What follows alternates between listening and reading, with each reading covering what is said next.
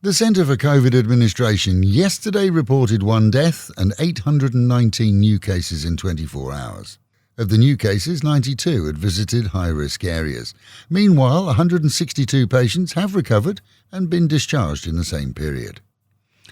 All schools in most areas, including our own, will reopen on Monday after the government approved the move based on the stop in COVID cases. Parents will be sighing with relief as many still work and their offspring were left to fend and study online by themselves. But in Bangkok, Nonthaburi, Samut Prakan, Nakhon Phangan and Pattaya Thani, schools are ordered to limit the pupil numbers in their classrooms to 25. The blanket approval applies to both state and private schools.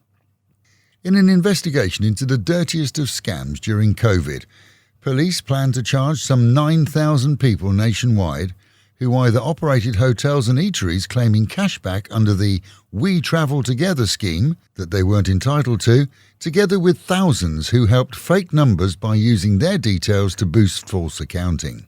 As hundreds of thousands of poor suffer from zero income, these vultures saw a way to falsify hotel occupancy, food spending and shopping bills, all supported by the state to boost business. As an example, one raided rooming house had just 10 rooms to rent but claimed 92,000 room reservations. Scammers paid Thais to use their ID cards to make false claims in many venues across the nation, and all face arrest.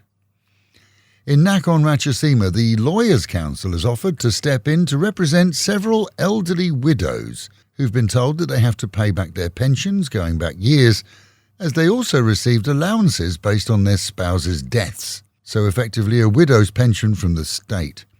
It seems that some 13 women lost their husbands at different times, often while on duty. They were allotted an allowance for their losses. They were then sent, allegedly without requesting, the standard Thai pension, which isn't very much, but it seems that you can't have both. The state wants, in some cases, 10 years' worth of back pay. Most have little or no cash, and the Lawyers Association will step in to present their case. The 5th anniversary of one Koh Phangan bar may well be its last. There, the operators flaunted the no-booze rules and invited people to go and drink and be merry. The only thing was that the local cops got a whiff of their plans. 89 tourists, non-Thais, and 22 local Thais were all nabbed in a raid that saw Brits, Americans, Danes and Swiss, along with others, swaffing booze in a crowded room. Quickly donning their masks for the standard police photo calls, it's unlikely they were wearing them before. Either way, all face charges with a goodbye don't come back stamp in their passports, along with fines of up to 50,000 baht.